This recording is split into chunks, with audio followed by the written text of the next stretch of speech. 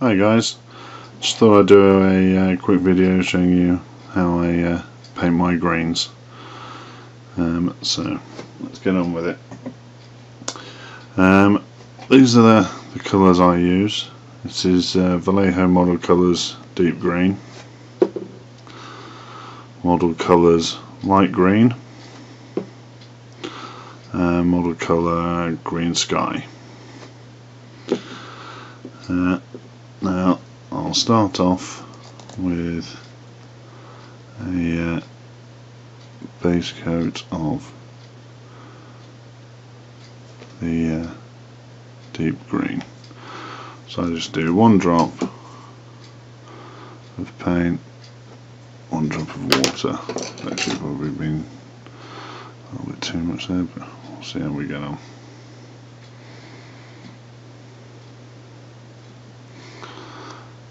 Okay.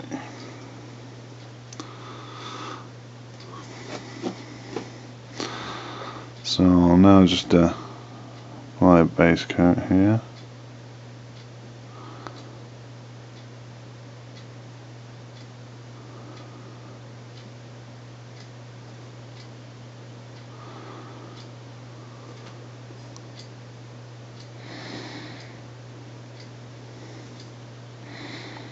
I'm not going to do the whole mini. I'm just going to do this this shoulder, but it's the same technique I use everywhere.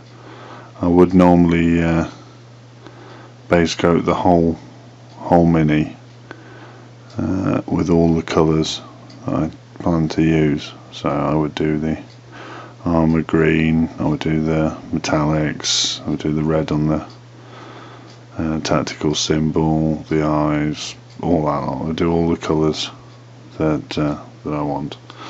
So I'm just going to let that dry. Okay, now that that's dried, I'm going to add a liberal Padam Black wash. So yeah, normally, like I said, I would have base coated the whole mini, and so I would apply the wash to the whole mini normally.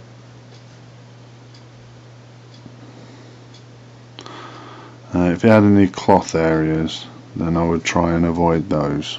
So if you had a tabard or robes or something like that, then I would try and avoid those with the Padam Black and go over those separately with Devlin Mud.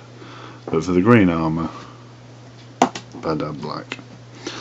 So we'll just let that dry now. Okay, now that the wash has dried, we will just go back with our original deep green, and what we'll do here is we'll start the areas that we're wanting to appear lighter. Well, basically the areas that aren't the deep recesses, the creases, the very edge of the shoulder pad. We'll go over that with the deep green, so that we get the base coat back again.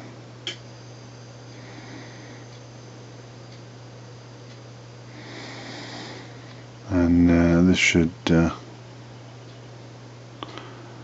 be reasonably easy, as the wash won't have changed the colour too drastically.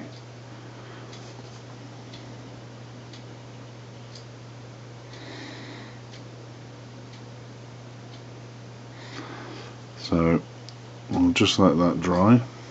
Okay, now that that's dry, we can see we've got a nice even colour with just the recesses that are dark and shaded. So what we'll do now is we'll do the first highlight. So we're going to take the light green,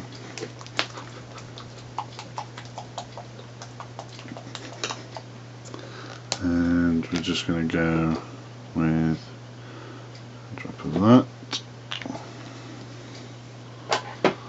and a drop of water.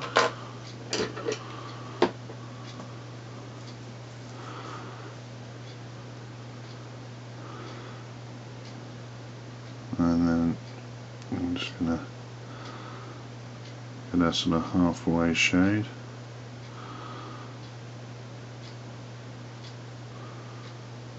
That'll do.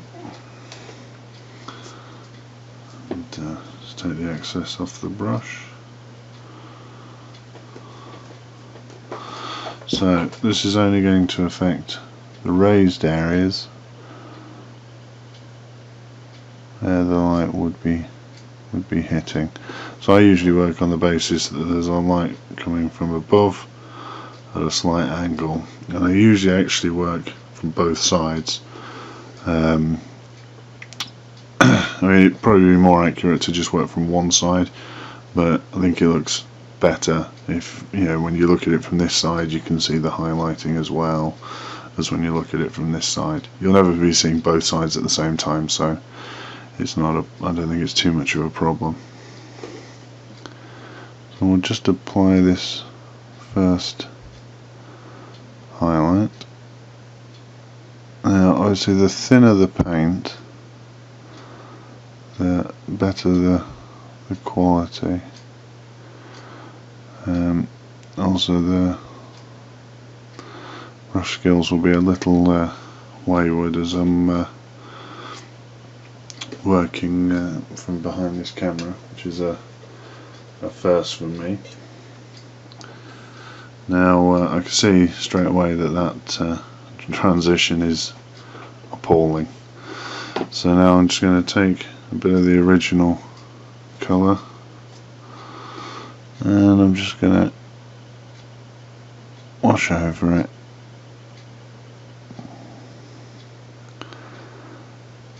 Now when I'm going over the transition, it doesn't matter that I'm crossing over onto the area below, because this is the colour of the area below, and as it's sort of slightly translucent, it's not completely changing the top back to the original deep green.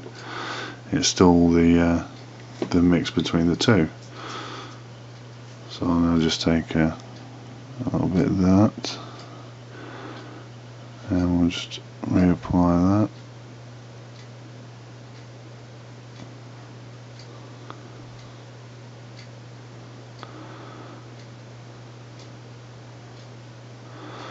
And the advantage is if you're doing it like this, so you can just wash over it, reduce it back to the original colour, and it'll just be ever so slightly lighter. Go over it again. If it's still too harsh, do it again, and just rinse and repeat until it starts to blend in. Also, if you're doing it quite quickly, the paints can often still be wet, and so you can also get a little bit of wet blending in there as well. So next we'll just take a bit of the pure light green. Like I say, I mean, this is probably a little thicker than I would normally use, so in that case just put in a drop of water on the palette, just wet the brush, just give us a little bit thinner, not as much as adding a whole drop, but just enough. And then we'll just pick out a slightly smaller area at the very top again.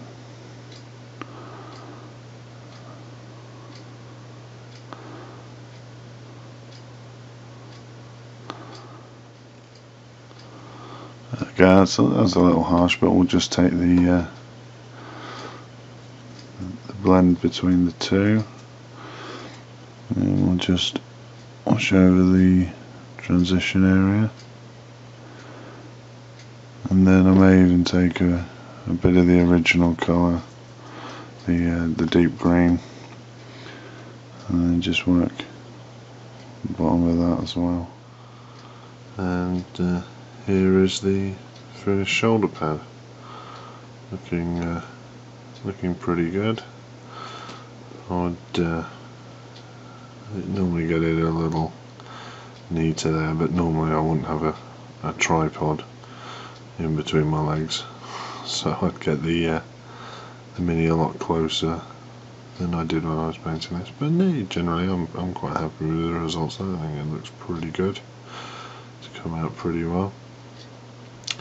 I have had some comments about the sort of chalky texture I get on the armour, and how I achieve this. I think this primarily comes from the fact that I use model colour rather than game colour paints.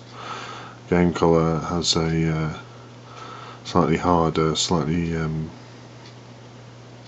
smoother finish, whereas the model colour has a slightly matter, chalkier finish, in my experience. And so, because I predominantly use model colours, that's how everything has that sort of chalky feel, I think. So yeah, hope that helps, and remember to rate, comment and subscribe. Thanks a lot.